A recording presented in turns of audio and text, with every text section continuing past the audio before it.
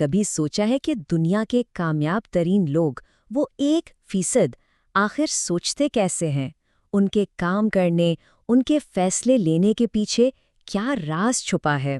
آج ہم MIT کے ان 5 بنیادی اصولوں پر بات کریں گے جو اس اعلیٰ سوچ کی بنیاد بنتے ہیں۔ MIT جیسی جگہ پر تعلیم حاصل کرنے کی قیمت $3.5 لاکھ ہے۔ جی ہاں، یہ ایک بہت بڑی رقم ہے، لیکن اصل سوال یہ ہے کہ اس مہنگی تعلیم کے سب سے قیمتی اسباق ہیں کیا؟ اور یہی تو اس تجزیے کا مقصد ہے۔ MIT کی تعلیم کا نچوڑ، وہ قیمتی اسباق، بغیر کسی خرچ کے حاصل کرنا۔ تو آئیے یہ $3.5 لاکھ بچاتے ہیں اور شروع کرتے ہیں۔ ہم 5 زبردست اصولوں کا سفر کریں گے، جس میں ہم دیکھیں گے کہ ایک ہیکر کی طرح کیسے سوچا جائے، فائر ہوس ٹیسٹ سے اہم کاموں کو کیسے پہچانا جائے، بنیادی اصولوں سے بڑے مسائل کو کیسے توڑا جائے، ذہن اور ہاتھ کے اصول سے تیزی سے کیسے سیکھا جائے، اور آخر میں امپوسٹر پیراڈاکس میں چھپی ہوئی طاقت کو کیسے سمجھا جائے۔ ہمارا پہلا اصول کسی کتاب یا کلاس روم سے نہیں آتا، بلکہ یہ MIT کی مشہور شرارتوں سے سیکھا جاتا ہے۔ ذرا تصور کیجئے، 1994 کی ایک صبح ہے۔ MIT کے طلباء اور شہر کے لوگ جب سو کر اٹھتے ہیں تو ایک ناقابل یقین منظر دیکھتے ہیں۔ MIT کے مشہور گنبد کی چوٹی پر ایک اصلی پولیس کار کھڑی ہے۔ لیکن سب سے حیران کن بات یہ نہیں تھی۔ اصل کمال یہ تھا کہ اس کار کو کرین سے نہیں رکھا گیا تھا، بلکہ اسے راتوں رات کسی کو خبر ہوئے بغیر گنبد کی چوٹی پر ہی ٹکڑوں سے جوڑا گیا تھا۔ یہ صرف ایک مذاق نہیں تھا، یہ تو انجینئرنگ کا ایک شاہکار تھا جس میں زبردست مہارت اور تخلیقی سوچ شامل تھی۔ اور یہ کوئی ایک واقعہ نہیں تھا۔ سالوں بعد اسی گنبد کو کبھی R2-D2 کی شکل دی گئی تو کبھی کیپٹن امریکہ کی ایک بہت بڑی ڈھال میں بدل دیا گیا۔ یہ شرارتیں دراصل MIT کی ثقافت کا ایک اہم حصہ ہیں جو ایک خاص ذہنیت کی عکاسی کرتی ہیں۔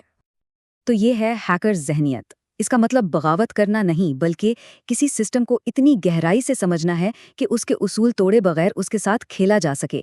یہ ذہانت اور شرارت کا ایک بہترین امتزاج ہے۔ اس کو عملی زندگی میں کیسے استعمال کیا جائے؟ دیکھیں، ایک ہتھوڑے کی طرح سسٹم سے لڑنے کے بجائے ایک ہیکر کی طرح پہلے اسے گہرائی سے سمجھیں۔ یہ زبردستی کرنے اور سوچ سمجھ کر کام کرنے کے درمیان کا فرق ہے۔ تو اگر پہلا اصول یہ سکھاتا ہے کہ سسٹم کو سمجھنا کیسے ہے، تو دوسرا اصول یہ سکھاتا ہے کہ اس سسٹم کے اندر رہتے ہوئے اپنی ترجیحات کیسے طے کرنی ہیں۔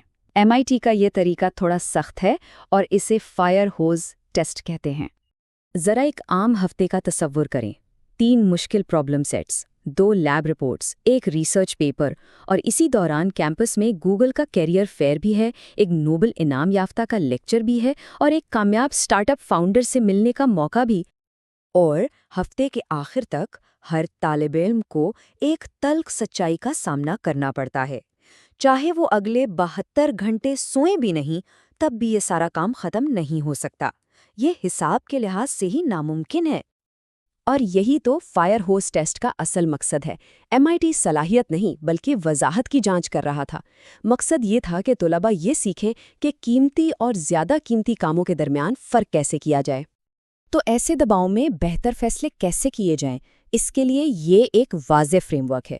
کسی بھی کام کو ہاں کہنے سے پہلے خود سے یہ 3 سوال پوچھیں۔ کیا یہ اہم ہے؟ یعنی کیا یہ 1 سال بعد بھی کوئی معنی رکھے گا؟ کیا یہ با اثر ہے؟ یعنی کیا اس سے واقعی کوئی بڑا فرق پڑے گا؟ اور آخر میں کیا یہ ناقابل واپسی ہے؟ یعنی اگر اسے ابھی نہ کیا تو کیا موقع ہمیشہ کے لیے ضائع ہو جائے گا؟ اچھا، ایک بار جب یہ پتہ چل جائے کہ کون سا مسئلہ حل کرنا ہے تو اگلا سوال یہ ہے کہ اسے حل کیسے کیا جائے، خاص طور پر جب وہ ناممکن لگ رہا ہو۔ یہیں پر ہمارا تیسرا اصول کام آتا ہے، مسئلے کو ایک بالکل مختلف زاویے سے دیکھنا۔ اس کے لیے ایلن مسک کی کہانی سے بہتر کوئی مثال نہیں۔ جب انہوں نے راکٹ بنانے کا سوچا تو انہیں بتایا گیا کہ ایک راکٹ کی قیمت $65 ملین ہوتی ہے۔ یہ ایک مانی بھی حقیقت تھی۔ لیکن مسک نے روایتی سوچ کو نظر انداز کیا اور مسئلے کو اس کے بنیادی اجزاء میں توڑا۔ انہوں نے حساب لگایا کہ راکٹ بنانے کے لیے جو خام مال چاہیے، جیسے ایلومینیم، ٹائٹینیم، کاربن فائبر، اس کی قیمت تو کل لاگت کا صرف 2% تھی۔ یہی وہ فرق تھا مفروضے اور حقیقت کے درمیان، جہاں موقع چھپا تھا۔ اور یہ سوچ کوئی بھی استعمال کر سکتا ہے۔